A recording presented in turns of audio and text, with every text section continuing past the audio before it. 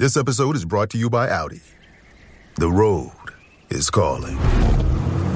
Embrace the thrill of the drive with the all-new, fully electric Audi Q6 e-tron. Featuring effortless power, serious acceleration, and advanced Audi tech. It's not just a new EV. It's a new way to experience driving. The all-new, fully electric Audi Q6 e-tron is here. The next chapter of Audi starts now. I can say to my new Samsung Galaxy S25 Ultra, hey, find a keto-friendly restaurant nearby and text it to Beth and Steve. And it does, without me lifting a finger. So I can get in more squats anywhere I can. 1, 2, 3. Will that be cash or credit? Credit. 4. Galaxy S25 Ultra, the AI companion that does the heavy lifting so you can do you. Get yours at Samsung.com. Compatible with select apps. Requires Google Gemini account. Results may vary based on input. Check responses for accuracy. Hey, Fidelity. What's it cost to invest with the Fidelity app? Start with as little as $1 with no account fees or trade commissions on U.S. stocks and ETFs. That's music to my ears. I can only talk. Investing involves risk, including risk of loss. Zero account fees apply to retail brokerage accounts only. Sell order assessment fee not included. A limited number of ETFs are subject to a transaction-based service fee of $100. See full list at fidelity.com/commissions. Fidelity Brokerage Services, LLC, member NYSE, SIPC.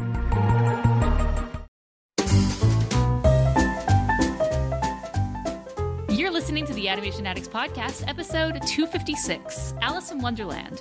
It's a hookah, not a crack pipe. Know your drugs.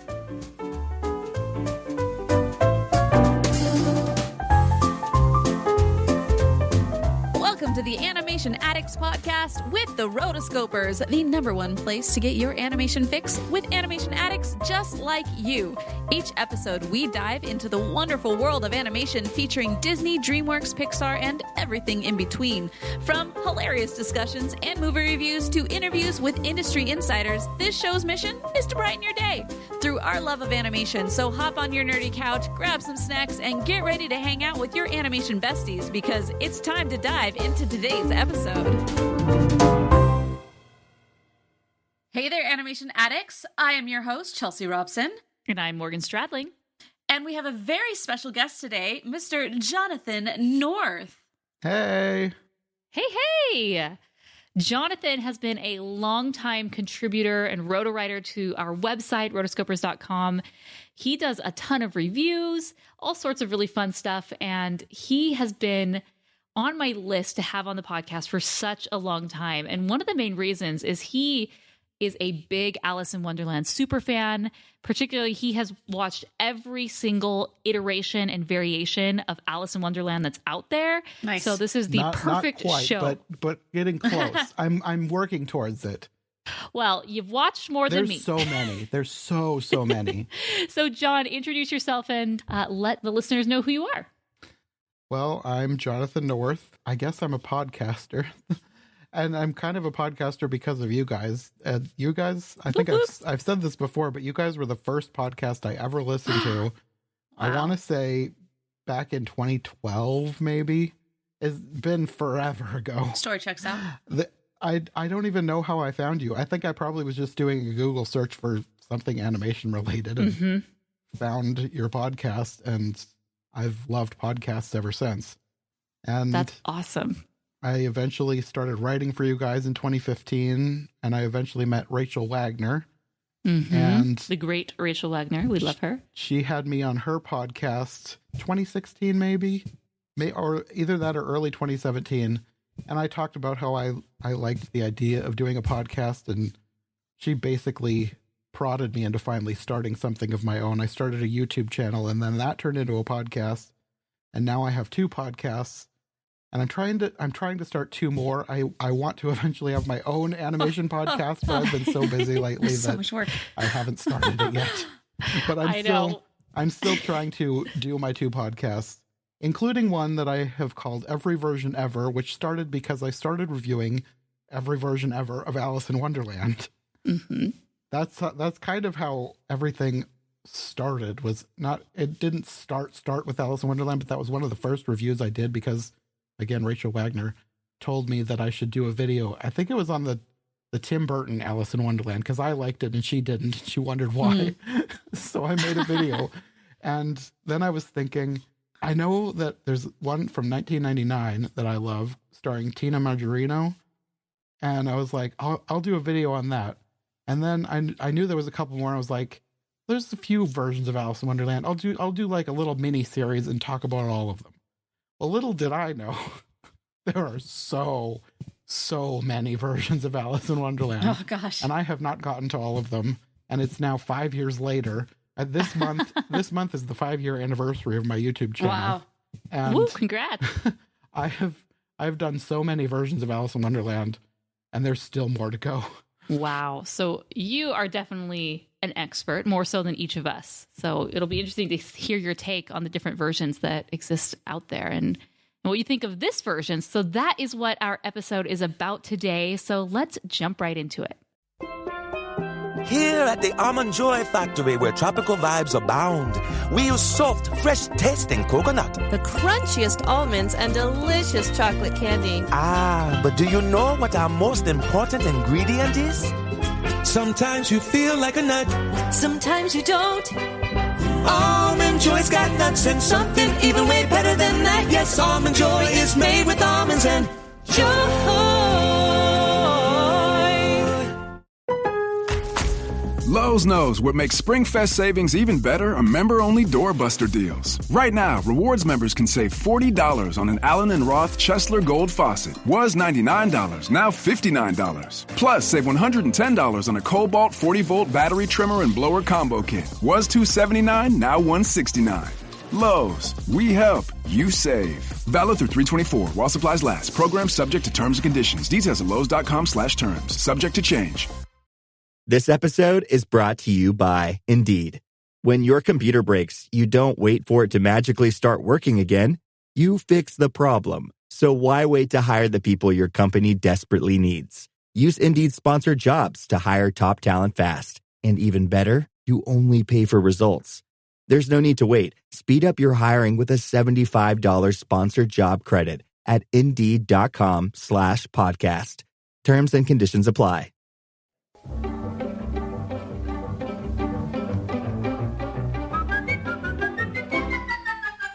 All right, before we get started, we want to give you some basic information about this movie. The movie is called Alice in Wonderland. The studio's Walt Disney Animation Studios.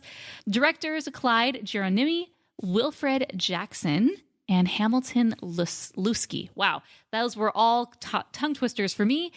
The release date for this movie was September 14th, 1951. Budget was $3 million. And then the box office, they have a few here. In 1951, when it was released, it did $2.4 million in the box office. But as of 1974, $3.5 million. So that's the most updated number. I imagine it has done more than that. But it was actually pretty surprising to me that this wasn't necessarily a huge hit for Disney. So what are your first thoughts about this film? Was this a film that you grew up watching? I don't remember the first time I watched this. I know I watched it when I was younger. I'm sure it was one we borrowed from the library because back then we didn't own hardly any Disney movie. We didn't own hardly any VHSs at all. We owned Pinocchio and Aladdin, and that was it. Nice. We borrowed a lot from the library. I'm sure this is one we borrowed from the library. And I remember liking it. I don't remember it being one that really stuck with me. I think I've only liked it more as I've become an adult and just started liking Alice in Wonderland as a story. Mm-hmm. I don't know. This is probably, of all the ones that I've seen, this is probably one of the best, mainly because the animation is amazing. Mm-hmm. It is. And it's all for reasons that I don't think I would have thought of when I was a kid. Like, I liked it well enough when I was younger, but it didn't really stick with me as a kid. So most of my reasons for liking it are the animation and probably voice actors too.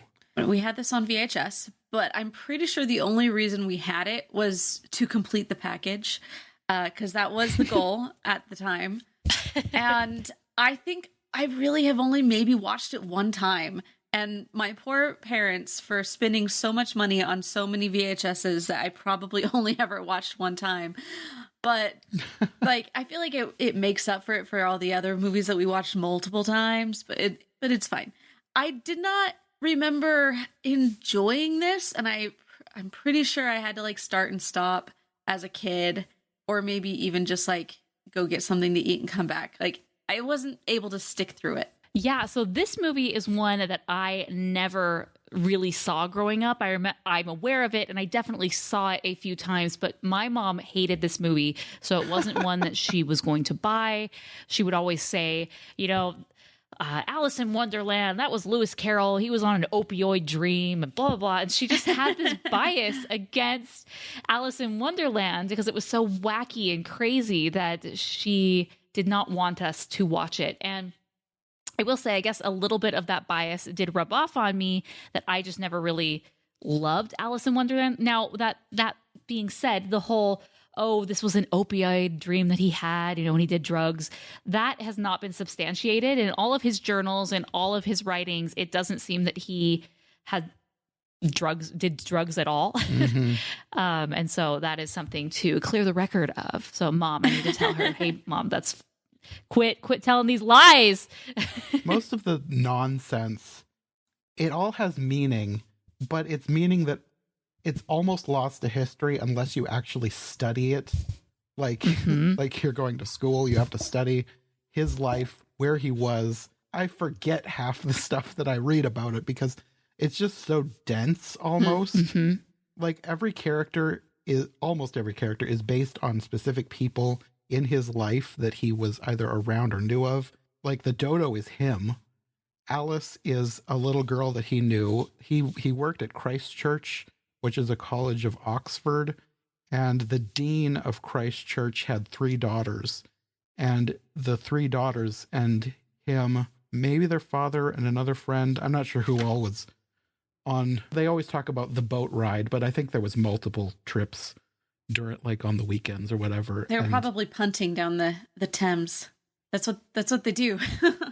He would tell these stories to entertain the girls, and he put them into it. Alice, the main one, is Alice, of course, but the other 2 daughters are in there. I believe the Eaglet and the Lorry.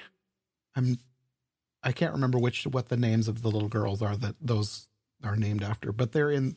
He put everybody that they knew, so the kids would know who these characters are. Mm-hmm. And he also put in stuff after the fact because Alice later on begged him to actually write these down because these were all just stories that he told them.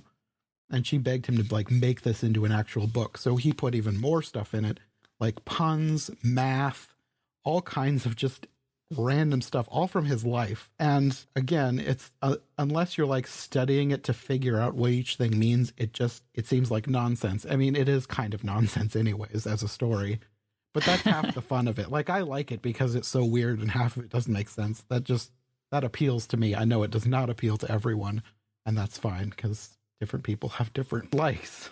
Different strokes for different folks. Yeah. I like the weirdness, and even if it didn't have meaning, I would still like it. But it's more interesting to me because I know it does have meaning. You just have to find out what the meaning is. Mm-hmm. So have you read the book? Oh, yeah.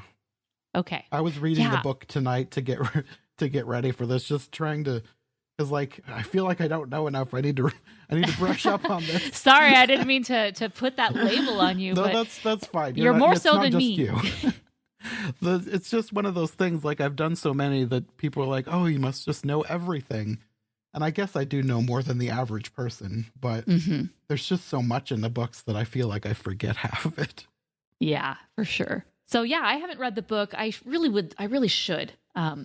If I would have planned properly, I definitely would have listened to the audiobook in preparation for this because I like comparing the original source material to, the adaptation. So let's go into that. How well of an adaptation is this? And then maybe talk about some of the other versions that you've seen and you liked and don't like. As an adaptation, I feel like this gets the spirit of the story more than the story because there's a lot that they leave out. Which, I mean, most adaptations do that. You have to fit it into the time frame you have. So they did a good job in capturing, I guess, the magic of Alice in Wonderland. You feel like you're getting the story, even though if you're going through the book as you're watching the movie, they've added things, they've switched things around. They've added scenes from Through the Looking Glass, which is the sequel to Alice in Wonderland, the next book. They've mashed it up a little bit, but most versions do that. So it's fine. As an adaptation, they do a good job, but as an extremely book accurate, faithful adaptation, it probably would be a bad job. But I think that's fine. Like, I used to be the kind of person who was like, if it's not book accurate, I don't want to see it. But now it's more like, do they do a good job in telling a story? And do they capture a good version of the story? Like, do they do a good job in what they wanted to do? And I think this does. Even if it's not super book accurate, they get enough good scenes from the book and they weave it together in a way that makes almost a little bit more sense than the book. They just do a really good job in making it into a movie.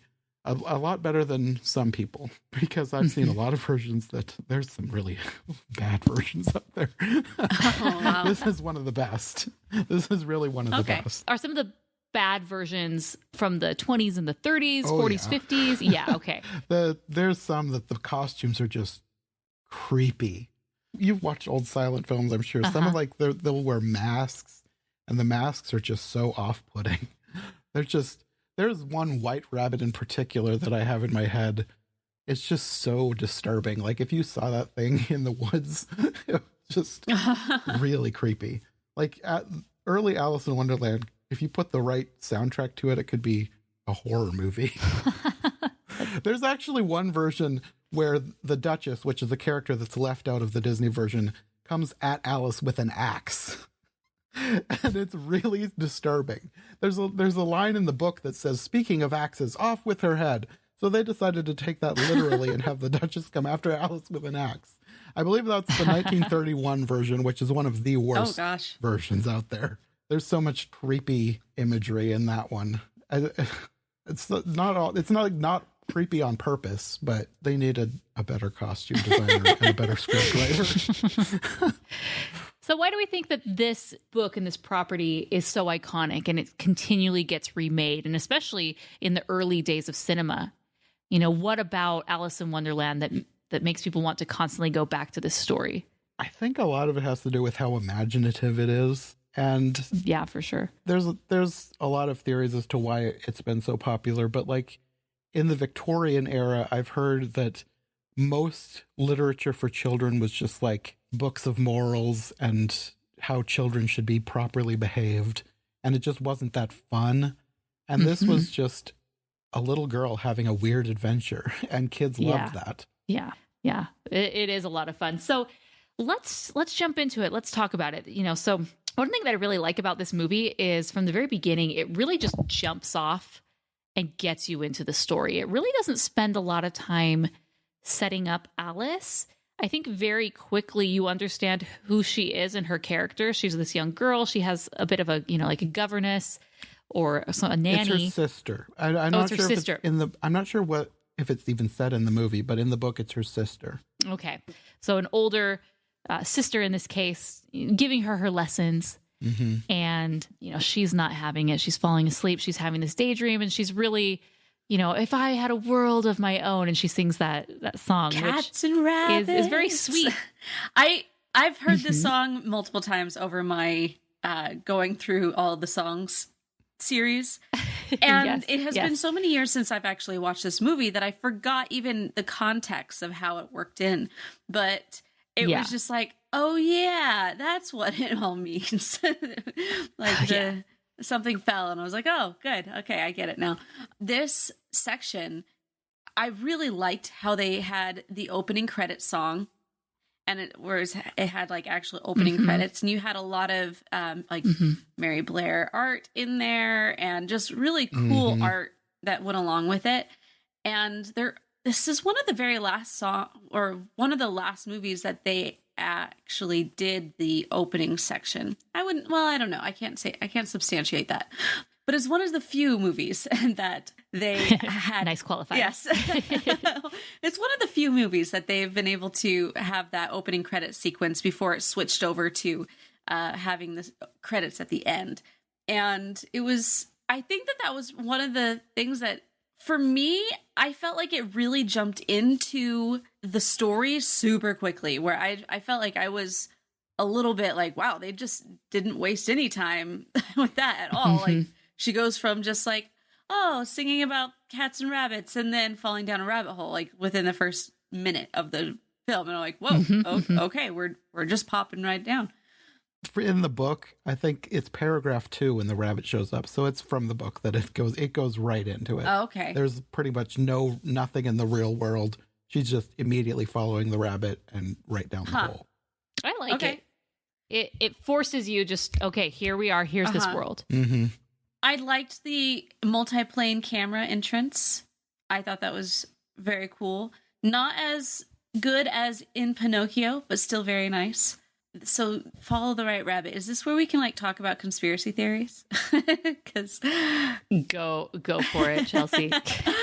Well, I just think it's really interesting how that became a thing, and I really don't know if that phrase "following the white rabbit" being associated with conspiracy or other narrative type talk. I guess it was probably from The Matrix where that really got its thing, but I was wondering if you guys knew, did that come from this? I'm not really sure. I've not seen The Matrix. I saw part of it on TV years ago. I haven't seen the whole thing. I'm not sure like where the phrase came from and why it's like down the rabbit hole. I'm not sure why that's tied into conspiracy theories. Unless it's just like from people who don't believe in conspiracy theories, because when she follows the white rabbit and goes down the rabbit hole, she's just in a world of nonsense. So that's the only connection that I can make, is like if you go down the rabbit hole and get tied up into conspiracy theories, you just find a bunch of nonsense. So I don't know. Right. I just Googled this. So it says, follow the white rabbit meaning. And Google says, following the white rabbit, this is from learningenglish.vonews.com. Following the white rabbit means following an unlikely clue and finding yourself in the middle of an extraordinary situation. This situation often challenges your beliefs and changes your life. The white rabbit is so curious, so strange, that Alice cannot help but to follow him.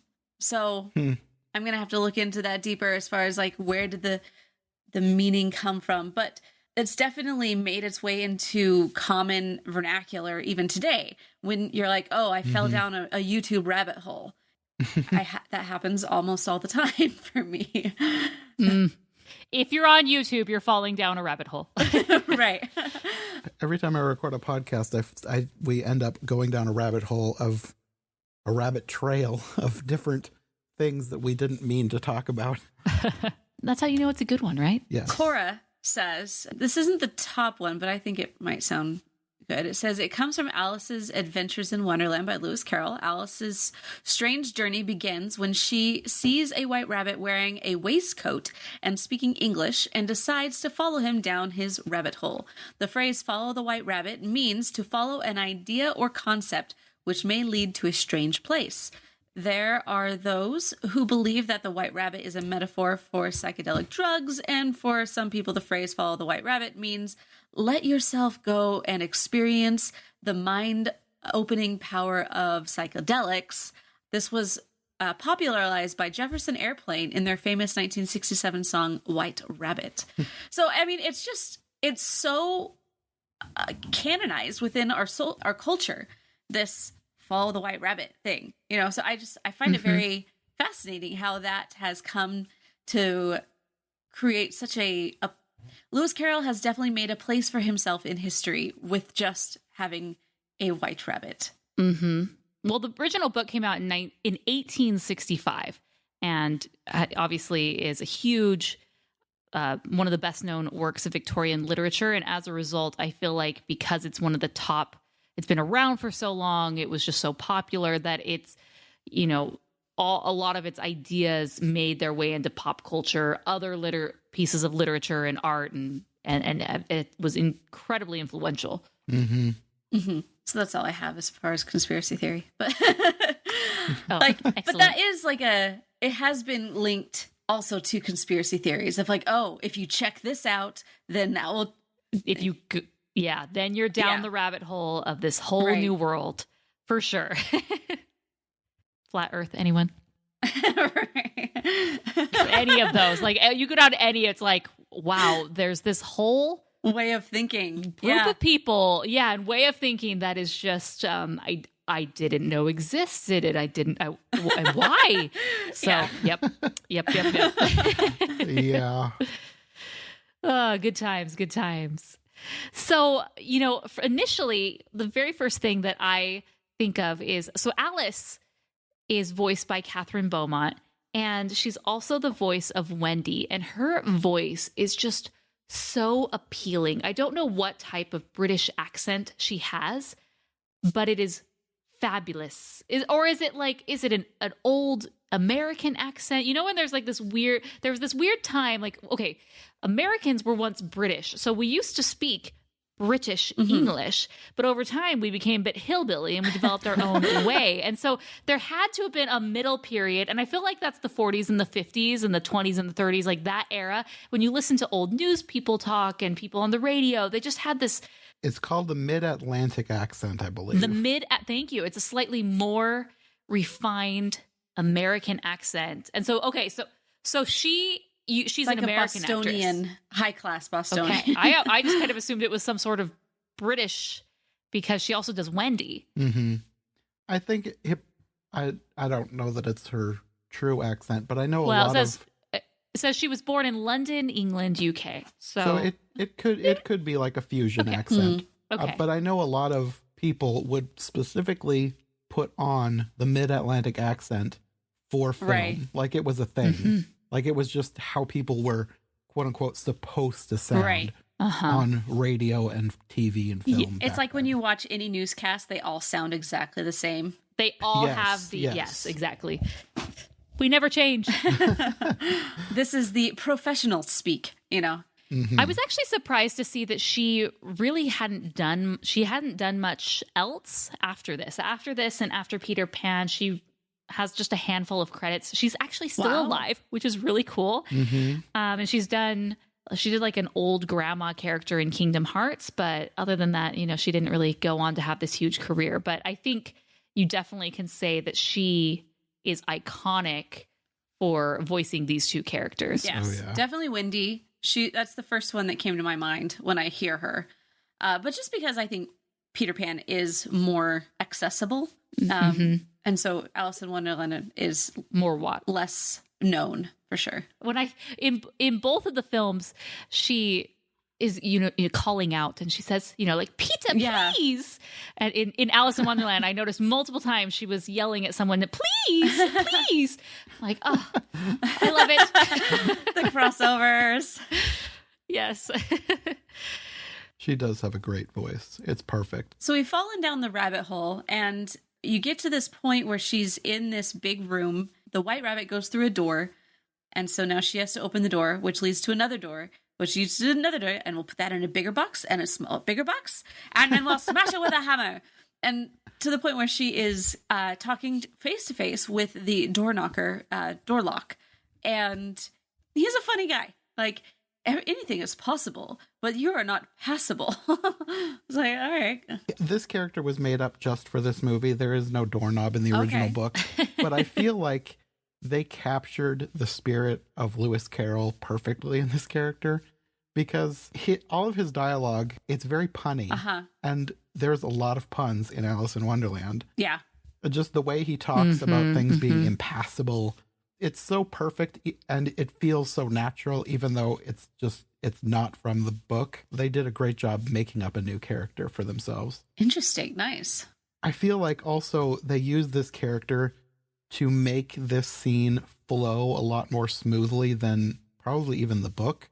Because in the book, she finds the drink me bottle and the eat me cake, grows and shrinks, and it's all just kind of happening. And then when she's huge, she cries the pool of tears and then shrinks, and she's in a completely different location. But with this doorknob character that they've added in, I feel like with him telling her things and then opening his mouth and basically swallowing her as she's floating down the river of her own tears, it makes the scene flow so much better than any other version that I can think of right now. Because most of the time, not that Alice in Wonderland needs to make sense, but it almost doesn't make sense because a lot of times she cries when she's huge and then she shrinks again, and there's not really a noticeable pool of tears, and then she's just kind of in an ocean. Mm-hmm. There's no real continuity, and I feel like they probably added this character for that purpose, just to make everything just flow together a lot smoother. And I think it does a really great job tying together each bit of the story that didn't really go together. Yeah. Mm-hmm. If that makes sense. Yeah, absolutely. No, and having not known that, it definitely does make it smooth and flawless. And I actually really enjoy this character. And I think one thing that I really enjoy with this movie in general is the dialogue. And a lot of it does come back from the original source material. And it's very witty and it's clever. And even though some things are really wonky and off the wall, it's very smart. Yes, that's one of the things that it makes Alice in Wonderland popular, I think. Yeah. People love the wordplay. Mm-hmm. I would also like to read the book. I should have done that, but we were recording a lot of things today. So I was like, oh, crap. Well, you have me, the Alice in Wonderland expert, to explain Perfect. The book to you. Yes. See, just embrace the title. Just embrace it, Jonathan. You are the expert. So at this point, she is in her medicine bottle, floating down the river of her own tears, and she ends up in the ocean next to the dodo. Enter the dodo. Doo-doo. This scene is way different than the book. This is one of those that they really changed. And a lot of times I don't mind the change. This one I think they could have done a little bit better on, because this is the caucus race scene. And this is one of those where it's just weird, hilarious, a lot of wordplay. The point of the caucus race was to dry off, and it didn't start with them running. He started by telling them a very dry story. Actually, in the beginning of the movie, when her sister is reading that stuff that is so boring, that's what the dodo was telling the group of animals. He was reciting all of this stuff, and it was to dry them off because it was a very dry speech. More wordplay there. Interesting. And it doesn't work, and that's when they start running. I do like the song in this scene, but they really shortened this up, and I think they took away what was funny about the scene, but it's not a huge deal. I think I understand why they did it, because it is kind of boring, but that's the point of it, and it's funny that it's boring. But they wanted to do a song, I guess, and that's something else. The Disney way. Yes, I feel like I've heard that this movie has the most songs of any Disney movie. It's a lot, and it's probably because of scenes like this, where it's just like a micro song. It's just there's so many tiny songs that are just like 10 seconds long. This one's a little longer than 10 seconds, but yeah, it's one of those where they've shortened up the scene, but they've done it with a song, and it works. It's fine. I prefer the original, but this is fine. Yeah, how do you feel about these? I like what you call them little micro songs. Does that make these songs iconic and timeless because they're so short, or does it make it where they're kind of forgotten? Forgotten. Yeah, I know. I like a lot of them, but they are so short that you kind of forget that they even happened. Yeah. And that's why I think a lot of people are surprised to hear that this is the movie with the most songs, because it doesn't seem like it. Right. Yeah. If you were to think of, okay, songs in Alice in Wonderland, go, Unbirthday, right? Unbirthday, Alice in Wonderland, World of My Own. The Golden Afternoon, maybe. Painting the Roses Red. Yeah. I'm late. Yeah, I'm late for a very important date. There's a few that Interesting. pop out. Yeah, I totally agree. They're iconic in the fact that they are classic to this film. Yeah. But it's hard to They're not your ones that are going to be songs. on the top 25 best of Disney songs. Exactly. Yeah. You're not taking A Whole New World from its pedestal for sure. Yeah. They might be on the top 25 most quoted songs, though. Some of them definitely. Painting the Roses Red is one it can just get stuck in your head. And then also I'm late for a very important date. No time to say hello, goodbye. I'm late. I've definitely quoted that song. And I've definitely quoted the Unbirthday song. So Painting the Roses Red, Unbirthday, and I'm late. I feel like those three songs are probably the most quoted, definitely of this movie, But also, I've definitely heard them all over the place. Unbirthday, for sure, have sung that randomly. Yes, of course. It's my own birthday today. Right. So these have definitely come into our day-to-day vernacular. Mm-hmm. Okay, you have the point where they're talking about Walrus and the Carpenter. I was always like so freaked out about this song. Like, it tormented me as a kid because it was just so ravaging. Like, the guy was unfeeling completely, and he just killed these children. I was like, what just happened? That's slightly different than the book. This is actually from Through the Looking Glass. Okay. Tweedledee and Tweedledum are from Through the Looking Glass. And this whole song was a poem that they told Alice. And they did change that slightly because even though the walrus ate the oysters, he did feel kind of bad about it. And that was pointed out in the book. And Alice said that she liked the walrus best because he felt a little bad about eating the oysters. And Tweedledee and Tweedledum said something like, well, he ate as many as he could, and he hid how many he was eating from the carpenter so he could eat more. And then she said something like, well, I don't like either of them. Yeah. I think Tweedledee and Tweedledum are also extremely memorable. Yeah, they're kind of iconic Alice in Wonderland characters. And it's kind of funny because they're not even from Alice in Wonderland. They're from Through the Looking Glass, but they always get stuck in versions of Alice in Wonderland. And I think, I'm not 100% sure, but I want to say that started with the Disney version. Because I think there's a lot of stuff that the Disney version did that other versions have to do later on, like Wizard of Oz and Ruby Slippers instead of Silver Shoes. Right. It's one of those things where people watch a specific version and then they get attached to certain things. Right. So Tweedledee and Tweedledum usually end up in any version, even though they're from the sequel book. Yeah. The Father William song. I understand why she left at that one. That is the Father William song is another poem from the book, and that one's actually by the Caterpillar. The Caterpillar is the one who recites that with Alice, and it's, when you read it, it's very witty and wordplay and strange, and I like the poem. There's actually a version that's done, I think it was done for a Disney Mania album by We Might Be Giants. Classy. which is very strange. Do you remember the Disney Mania series, the CDs? Yes. I loved those things. And that was, or wait, was it Disney Mania? Maybe it was for when the 2010 Alice came out. Either way, I always loved when they would put together a song based on a little known Disney song. Like, I was always ticked off when there'd be another When You Wish Upon a Star. I was like, we've had so many versions of When You Wish Upon a Star. Why can't we get something more strange? Like, I loved when they put the monkey's uncle on one of them because nobody covers that. Right. Right. But I loved that We Might Be Giants did Father William. It's such a random thing for a modern day pop band to do. So after this, she travels and finally finds the rabbit's cottage, and he is calling her Marianne, which was interesting. Who is Marianne? Marianne is his maid, and it's never explained why he thinks that Alice is Marianne. Right. Maybe Alice kind of just looks like Marianne, and the rabbit is nearsighted or something. I don't know. But he thinks that she's his maid.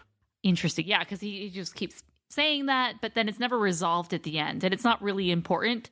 We just know he's mistaking her for someone else. Just thought it was kind of funny. Yeah, there's actually a graphic novel that tells the story of Marianne. Oh, nice. You see? Man, there's a spinoff for everyone, even Marianne. Yes. Marianne finally got her day in the sun. Yes. That's great. I mean, this was also a point where Alice really goes to show you shouldn't eat things off of other people's plates or tables or anything like that, because she's like, oh, cookies, don't mind if I do, and then ends up growing to be bigger than the house. Like, okay, these are good lessons to learn, kids. Don't eat other people's stuff. Yes, I like that she gives herself the little pep talk about not drinking poison. But she still drinks the bottle anyways, which that's from the book too. But it just makes me laugh that she rationalizes it to herself and then drinks it anyway. Oh, God.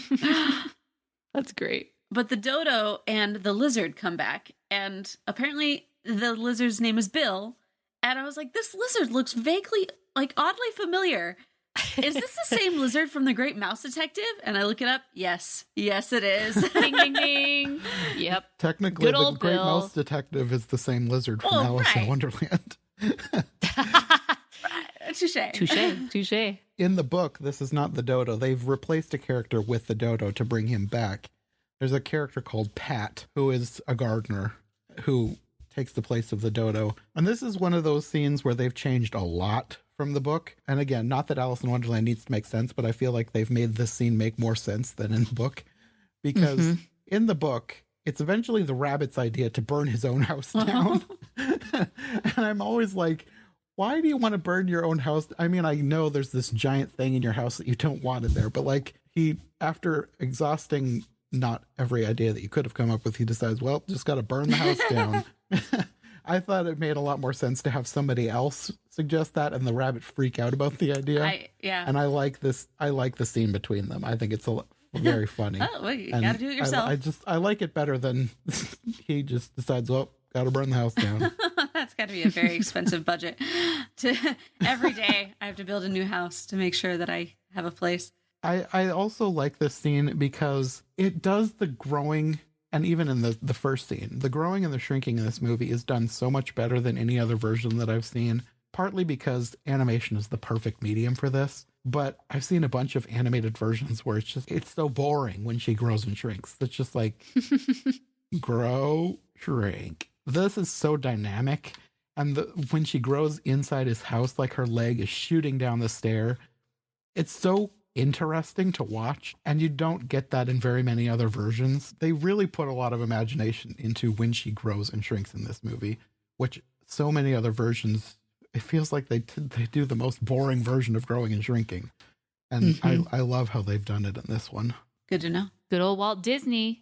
Yeah. He was the genius. Yes.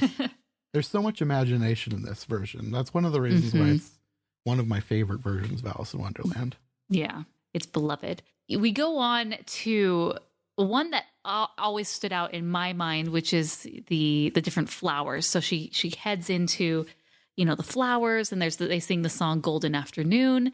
One thing that I noticed, particularly in this scene, is you can very much see Mary Blair's influence so strongly. Almost direct from her concept art. So many scenes. If you've ever purchased one of the Mary Blair art books, or even just type in Mary Blair Disney concept art, just a ton will show up. She did a ton for Peter Pan. She did a lot for this movie. She probably has the most from this movie and a few other movies, but just the colors are so striking and dynamic. And like I was saying, basically like they took her concept art and they just made it into a cell, which I thought was really cool. And something that I guess I never really noticed before, because I don't really watch this movie very much. And I really, really enjoyed that. And the backgrounds are just so beautiful. Yeah, this is a great scene. It's another one that is not from Alice in Wonderland. It's from Through the Looking Glass. And I think it makes perfect sense that they would incorporate this into this version. And this is one that I don't think a lot of versions do. There are some versions that are just of Through the Looking Glass. So I've seen a few different versions of this, but this is one of the ones that does it the best and looks the best. Because a lot of times it's either a weird puppet or somebody in a costume and it doesn't look very good. Yeah. But I love the designs of these flowers. They make them look like actual flowers, and then they figure out how to make the flower move like a person and still look like the flower that it's supposed to be. The white rose is really cool. And even all the roses, how they shaped all of the lines to make a face through the center. I thought that was really pretty. I love the little baby one. The bud? That's like, yes, the bud. Like, I think she's pretty. I think she's pretty, yeah. And they call her a weed. And kids are the best. Man, these ladies are savage. She's a weed. I mean, compared to how beautiful they are, I mean, she is. Like, what on earth is she? That's true, yeah. There's a version of Through the Looking Glass with this scene, and it's kind of strange because it's one that they don't look like flowers. They're like ladies in dresses, and they're like the most snobby, stuck-up ladies. That's great.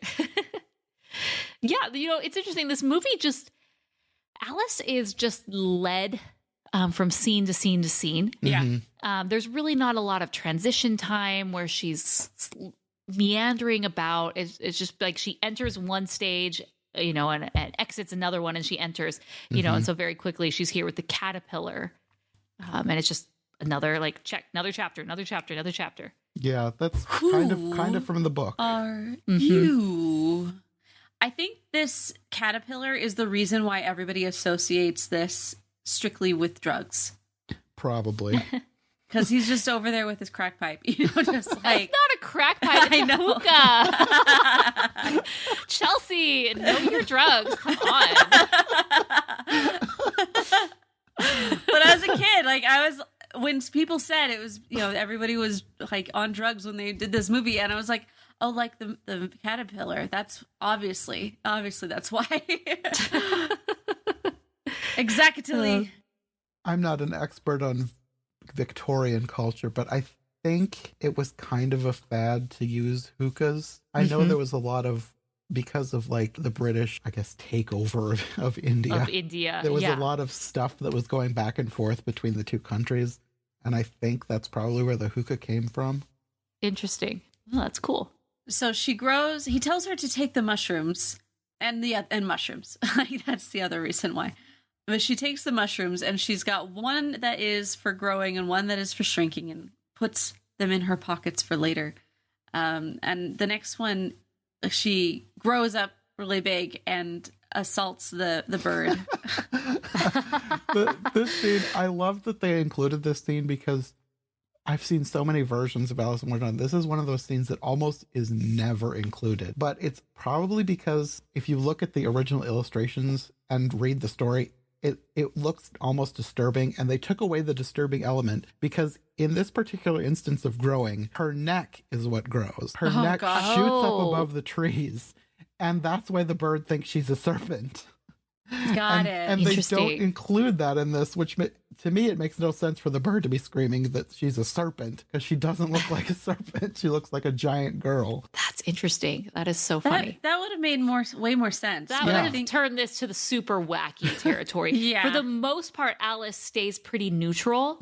She's not the one who, other than shrinking and growing uniformly, everyone else around her is wackadoo. Yeah. And that would have just taken it maybe to a different level that obviously they didn't want to go. In the first scene in the Hall of Doors, in the book, I believe she grows disproportionately once. I don't remember which.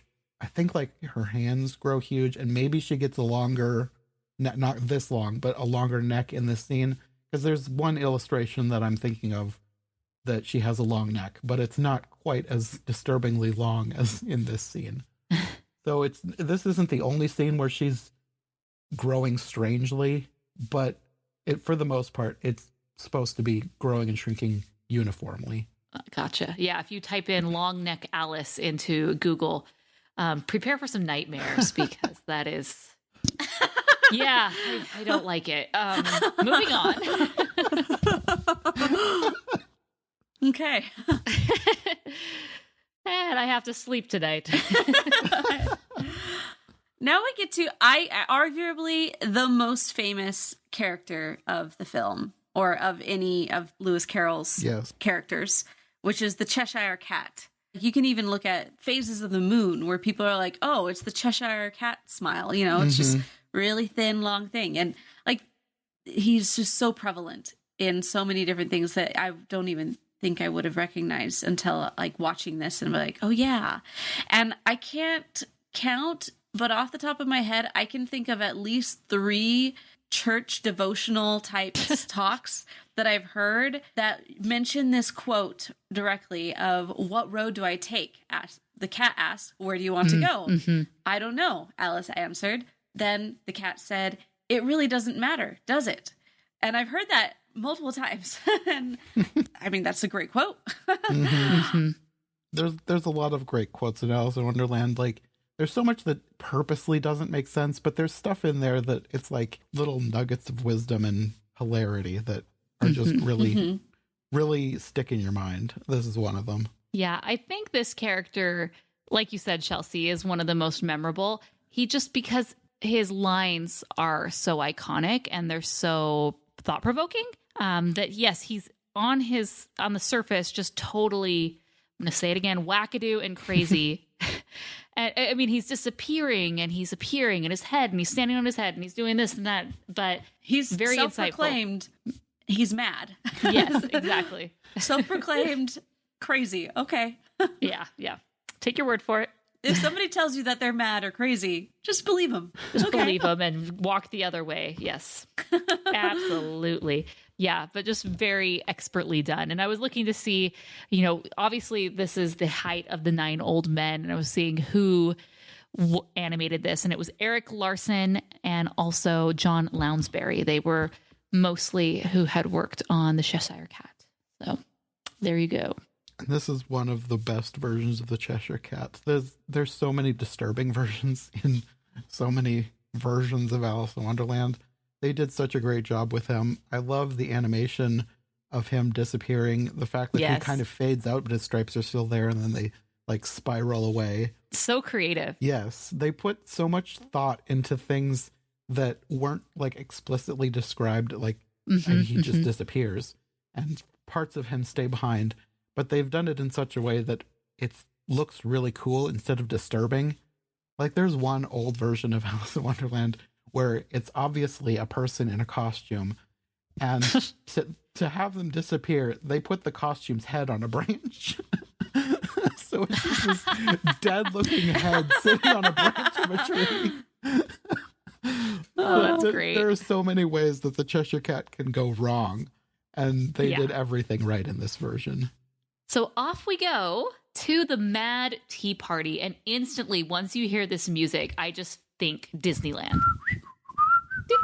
Yep. It's so iconic. It's like we were saying, it's like one of these songs that it's not going to make anyone's top 25, not even make their top 50 list. But when you hear it, you know it and you love it. Yeah, the Unbirthday song I love the song. I want to say it's one of my favorite Disney songs, but I know there's others that are like technically better, but this is one of the most memorable, and one of the ones that it's an idea that you go back to, like your unbirthday.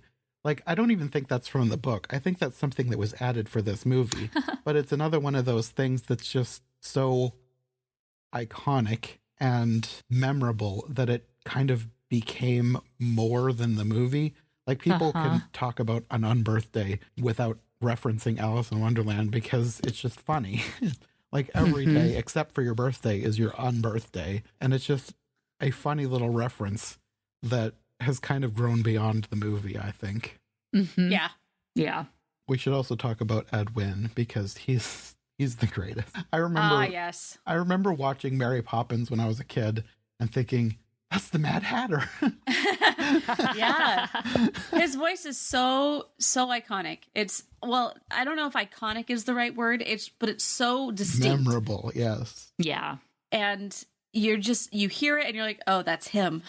Every time he shows up in something, I just love it. And now you have Alan Tudyk who will do versions of his voice for different characters, kind of keeping him alive in a way. I love his voice. It's so great. I mean, if it works, why do you have to come up with something else? Like, hey, his voice is great. I'm just going to yoink that. Yeah, exactly. Yeah. Alan Tudyk is so funny. Like, one of my favorite videos of like behind the scenes for him is he's doing the chicken in Moana. And he's just doing these chicken sounds, and he's just like, I went to Juilliard for this. He's so great. I love that they keep bringing him back. Like, he's their Lucky Charm or something. He has to have a little bit part in every movie. I love looking for him. He's like the Stan Lee cameo of Disney movies now. And I'm sure he loves it too. Of course. I myself would be a huge fan of that. Yes. So there is this iconic question of why is a raven like a writing desk? And I had to look it up because it can produce a few notes, particularly if its name is Lewis Carroll. The answer lies in the quill. Both may be penned, but they can never truly be captive. Ooh. When Lewis Carroll originally wrote the line, he didn't have an answer. It was another thing where it was just supposed to be some nonsense, but people kept writing to him and asking for an answer. Like, we need to know. So he eventually he made up the answer after the fact. But lots of people have come up with answers to it afterwards. My favorite is because Poe wrote on both. Which is just the perfect little pun. Writing on a desk and writing on a raven. Right. Nice. That's I great. like it. So they go into this, through the Tulgey Wood. Tulgey Wood. That, I believe that's a line from the Jabberwocky poem, and that's from Through the Looking Glass. So you have all these creatures that are creepy. I think this is another thing where the Disney animators just went wild, because most of these things are not in the book, and if they are in the book, they're only mentioned and not described. Like, there are Momraths in the book, but there's no idea what they are. Just they're a line in the poem, and the Momraths outgrobe, whatever that means. So they just kind of went wild with their imagination, and I love these creatures. They're very weird, but there are some that are like the little hammerhead birds are adorable, and I want one. Oh, that's the greatest. You know what? For your birthday, I'll see what I can do. My birthday is very close. It's May 30th. Ooh, all right. Nice. Wait, what did you say again? It was the little hammerhead birds. Yes, okay. I don't know that you'll be able to find one because that's so random. I mean, I've never looked. Maybe there is one somewhere. Don't you worry. I am the queen of Google. I can make it happen. I mean, if nothing else, I'm sure somebody's created a 3D printer version something. Oh, that's true. I've never thought to look. I just love them. They're so cute. Well, in this section, she gets overwhelmed by everything, because at this point in time, I mean, I would be overwhelmed as well. I probably would have been overwhelmed much sooner than this. And she starts singing this very good advice song, which I do like it. You know, I love when people give me advice through song. It just, if maybe I'll put up my walls if they tried to give me advice normally, but when you sing it to me, it's like, okay, yeah, I guess you're right. Huh. He lied to us. He lied to us through song. I hate when people do that. Yes. So I went onto the page on YouTube, and there are a lot of comments on this song basically saying that they all cry when they hear this song. And it didn't happen for me when I was listening to it, but I was surprised to see how many people were like, I cry when this song comes on every time. This is the first time I've been back to this movie in a long time, and I just listened to the words and I just started crying, and I'm like, wow, there's a lot of emotion connected to this. So, very good advice. Sometimes I give myself very good advice, but I don't always follow it. Aw. I never really thought about it being an emotional song. I mean, I guess she is crying, but it never struck me as something that could make someone watching it cry. That's interesting. Yeah, I the same thoughts came out of my head. At this point, the Cheshire Cat comes back, and I thought it was interesting that Alice talks to the cat as though he's someone to trust, when he's clearly told her he is mad. Granted, he's the only one talking to her, so, I mean, and she's probably like 10, so, you're going to believe people that are talking to you. Okay. But she does not look 7 in this version. She doesn't look 7 in there's hardly any versions where she looks 7. I mean, in this version, I would say 10. What are your guys' thoughts? 10 to 12. Yeah, I would say 10 to 12. But yeah, the cat, yes, he's not technically trustworthy, but like, of everyone she's met so far, I guess he's the best. He's her best option. Clearly can't trust the Mad Hatter and March Hare. Most of the people she has met along the way, she can't trust. Yeah. This is not a happy place to be for her, even though it's the place in her dreams. It's just, she's not doing too well. But he does open the door through the tree. I always love that part where he's like, the "Hey, Queen's here's a Garden." shortcut." Yeah, I love shortcuts. Great. And then "Painting the Roses Red," which is also an iconic song from this movie. Iconic. Yes. Or "Painting the Red." This scene is in a bunch of versions, but this is like the best one, probably because of the song, because the song is just such an earworm. Yeah. And also the animation in this is so cool. The when the other cards come in, I was thinking, this is such shades of Pink Elephants on Parade. Yeah. It also reminded me of Richard Williams does his card trick scene. And when you actually look at the card trick scene, and it's all done on ones, and it's just so intricate and amazing. It kind of reminded me of that, but not quite as like his blows your mind. But this, I felt like he was looking to this scene specifically when he was creating that one. Persistence of Vision is the documentary, but the Thief and the Cobbler. Yes. Oh, yeah. I haven't seen that. That's one that's on my list to watch. I haven't seen that movie. I've heard it's amazing. Yeah, it's a good one. Persistence of Vision is the documentary, which is so good and definitely worth your time and energy in looking into it if you're going to watch The Thief and the Cobbler, because The Thief and the Cobbler was cobbled together at the end very poorly, but there are still moments of like expert, amazing animation. Didn't somebody go back and finish it though? I feel like I heard that there was like because he never finished it, and the production company didn't want to spend any more money on him waiting for him to finish it, and so they just sent it to another company who cobbled things together and like made up their own versions and added voices to different people, and it just made it really weird and bad. But knowing that and like seeing the two side by side, it's crazy. It's cool to see. Nice. So you meet the Queen of Hearts. I feel like if anybody has a better person to cosplay as, I don't know it.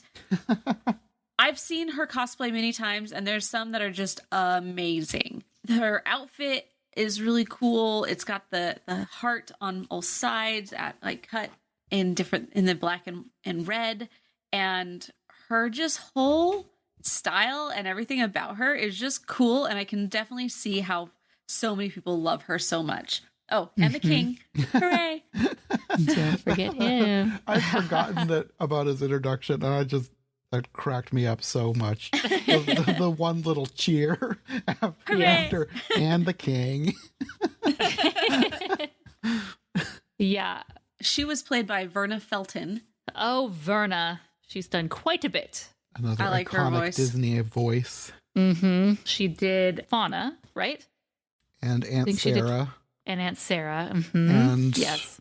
What was her name? The elephant in Dumbo, the mean one. It's kind of funny because I realized a while back her first role for Disney was an elephant, and her last role for Disney was an elephant because she also played the wife in Jungle Book. Colonel Hatties. Oh, yeah. Yes. Yep. So the Queen of Hearts just pulls that bush out of the ground by her bare hand. And I'm like, if there is something more... and the fairy godmother. We can't forget her. She was the most iconic was probably that. Yes. Yeah. But continue about pulling the bush. Yeah, like she pulls that bush out of the ground with her bare hand. I'm like, have you ever even tried to touch a rose bush? So many thorns. Many thorns. That would be very painful. You know what? This is Wonderland, Chelsea. Don't worry about it. That's true. Which leads us into the croquet game of tears. I would be so annoyed. That bird is so annoying, and I would be fine if that bird lost his head. Yes, the animation here really shows how annoyed Alice is. Yes, she feels how we feel, or we feel exactly how she feels. And talking about animation, she was actually animated by Mark Davis, and Mark Davis, his friends called him the ladies' man because he had this ability to draw female characters in such an appealing way. So he did Tinkerbell, Cruella de Vil, Maleficent, but he also did Cinderella and Aurora, in addition to, doing Alice. And so it's just, I think one of the main reasons that this film is so great and is just the way that Alice is animated. She's so expressive. She's so feminine. And I think Mark Davis, obviously one of the 9 Old Men, is one of the big reasons for that. Yeah, her expressions you feel Alice in this scene. Yeah, like, oh my gosh, come on, this is important. I don't want to lose my head. She's great through the rest of the movie, like through everything, through the croquet game, through the trial. The expressions on her face are just great. Mm-hmm. I always loved this. Being little, it just made me want to play croquet. I will say that this is probably one of the best versions of the croquet scene, because this is another one where it's been done a lot, and it's never perfect. Uh-huh. This one, they've added so much of their own style, especially having the one mallet flamingo be extremely annoying. Uh-huh. And I really like this version. There's one version that's also very memorable, but for all the wrong reasons, where there are actual live flamingos. A very old movie. This would not be done today. Oh gosh. They're actually using them? I don't think they have them flipped upside down, but like they grab them by the necks. Oh god. I want to say it's the 1933 version. Don't quote me for sure, but there is one somewhere that they use live flamingos in this scene. And I was just like, ooh, that would not be allowed today. That would not fly. PETA would be at your doorstep immediately. Yeah. And enter the Cheshire Cat once again, which once again shows me you're not her friend. No, like, he's mad.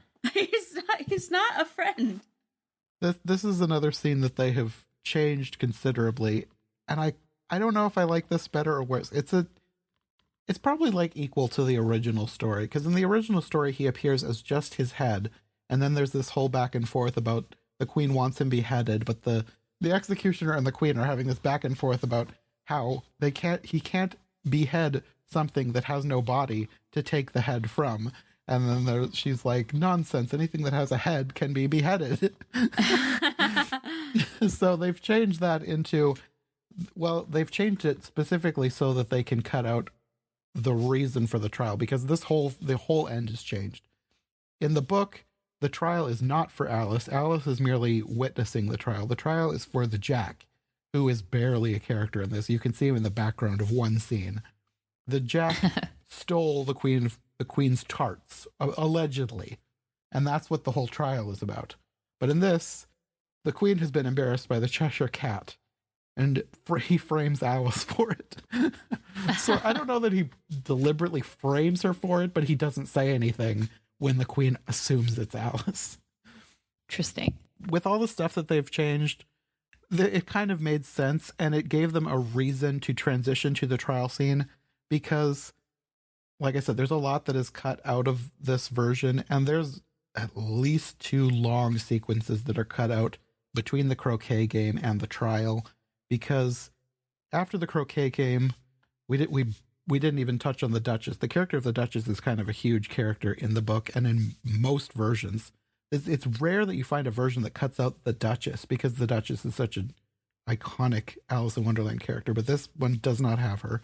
So she was not in the original scene, so she's not there to come back.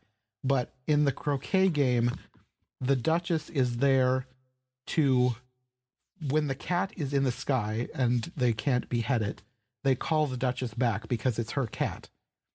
And so she comes in, and then there's this whole long scene that is another scene full of puns and wordplay, and it's really funny to read.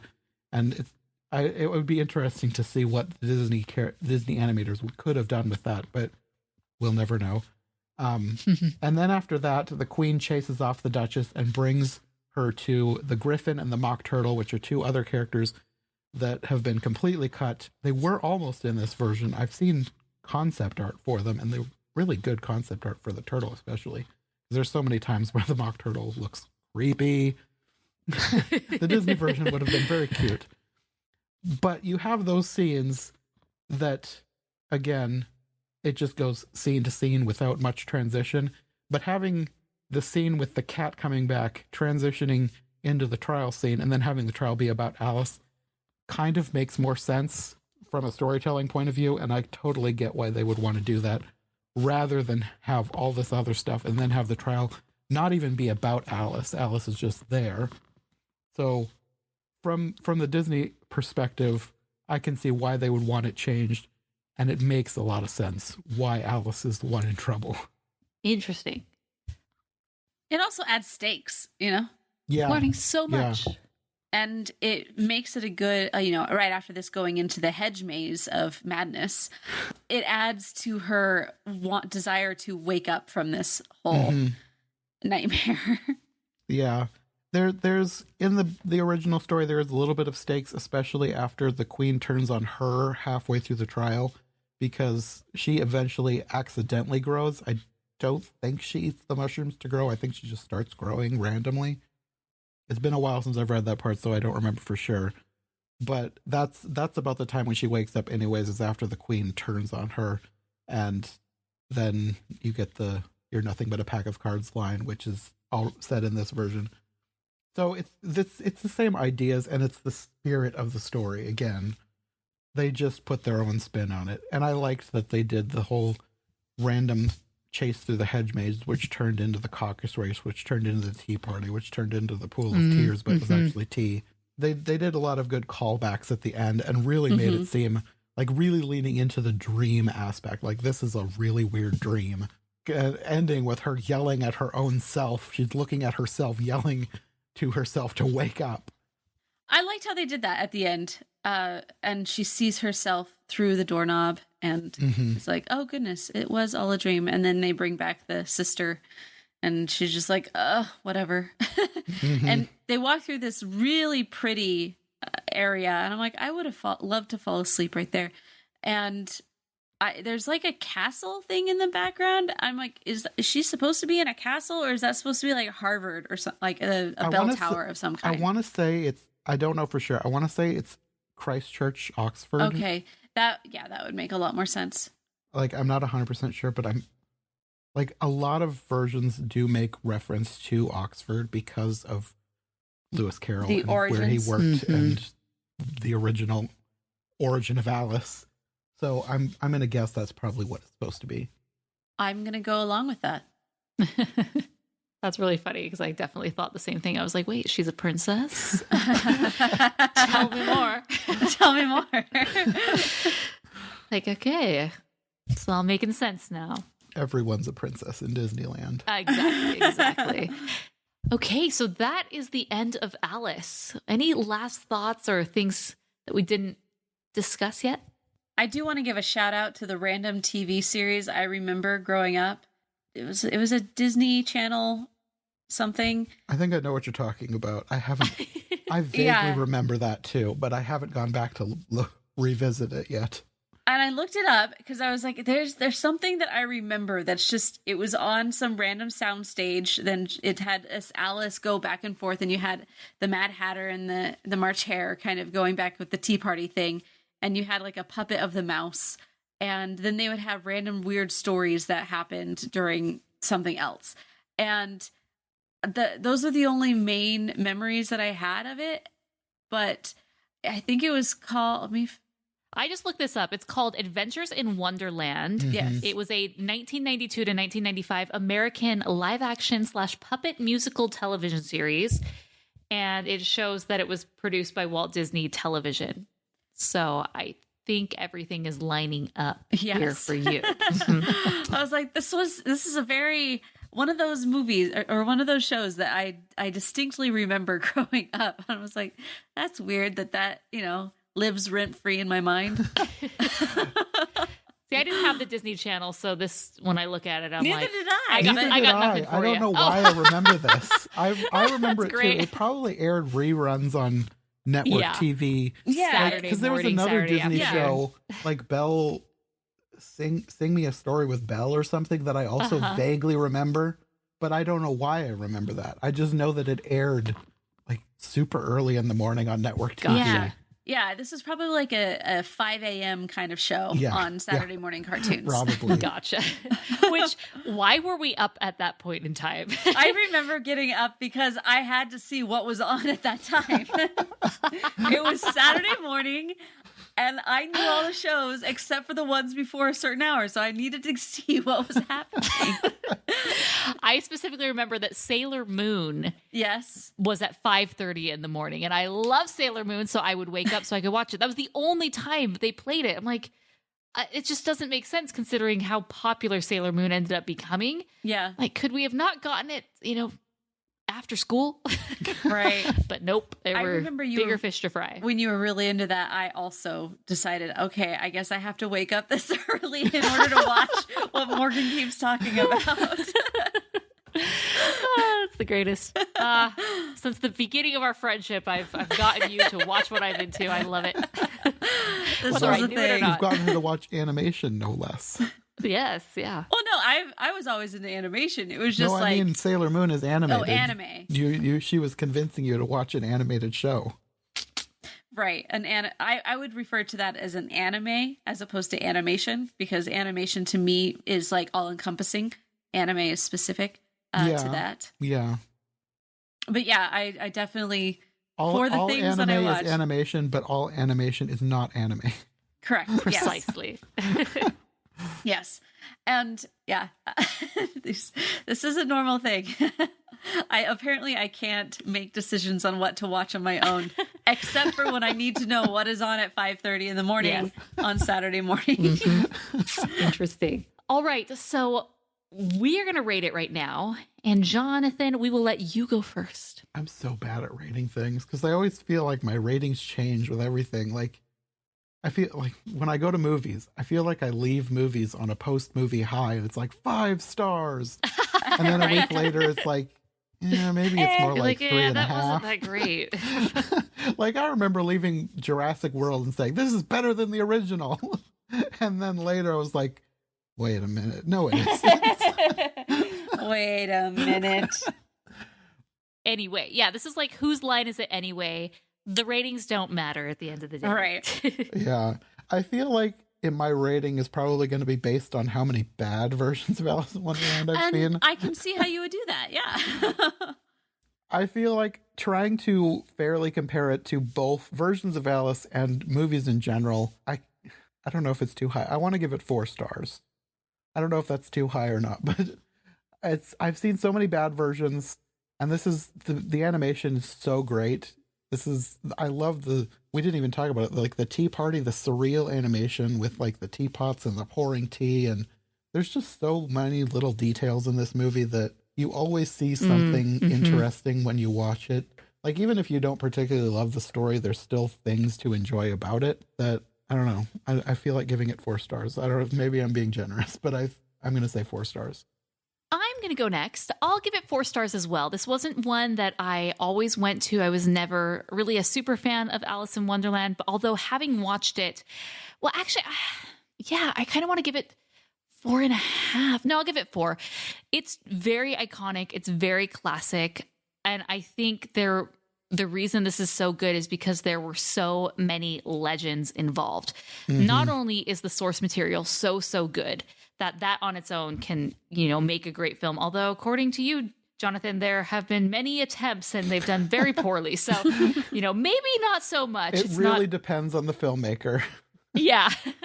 We have, obviously Walt Disney involved. We have the 9 old men. Yes. And we have Mary Blair, doing the backgrounds and the concept art, the production design. And I feel like you can't really go wrong. And Disney really hit a home run with this. And it's no wonder that it is still beloved and well-known and iconic to this day. I feel like the legacy of Alice in Wonderland really is in the Disney parks. Because, with the teacups in Fantasyland, it's just a staple that everyone knows and everyone loves. Maybe you don't love the teacups, but, just go with me on this. It's there.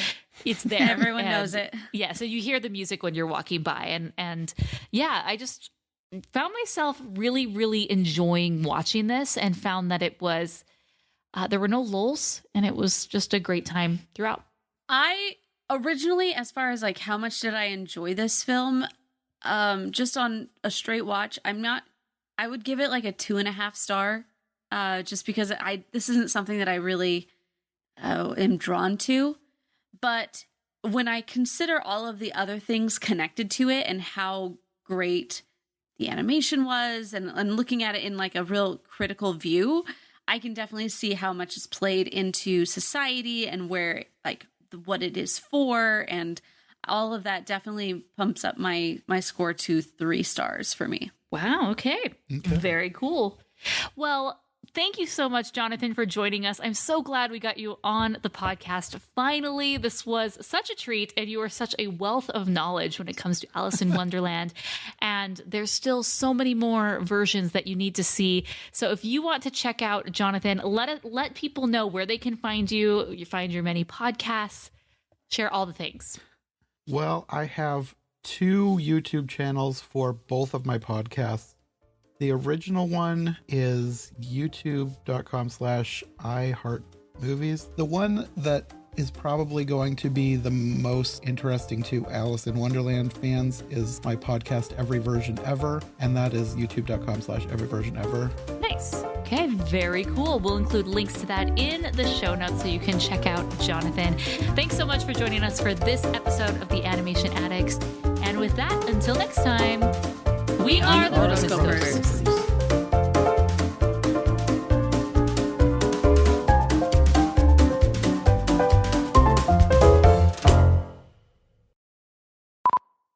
All right. Well, I know you're sleepy. It's been a long day. So thanks so much. I'm glad this actually worked out. It's kind of hard with different time zones and when the only time for us to really record is nighttime. But this worked out great. Yeah.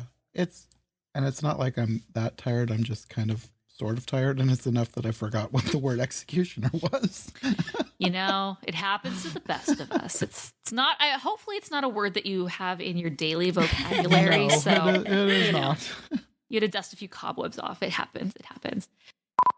You've been listening to the Animation Addicts Podcast. If you enjoyed this episode, don't forget to subscribe and be sure to leave us a 5-star review. We're available on Apple Podcasts, Spotify, and wherever you listen to podcasts. And if you want to help spread the word, be sure to share the podcast with your friends on social media. Just don't forget to tag us at Rotoscopers on Instagram and use the hashtag Animation Addicts. For all the links and full show notes for this episode, go to rotoscopers.com/podcast. Now, if you still can't get enough for your animation fix, be sure to subscribe to us on YouTube and visit rotoscopers.com for more animation news, reviews, and interviews. Thanks for listening.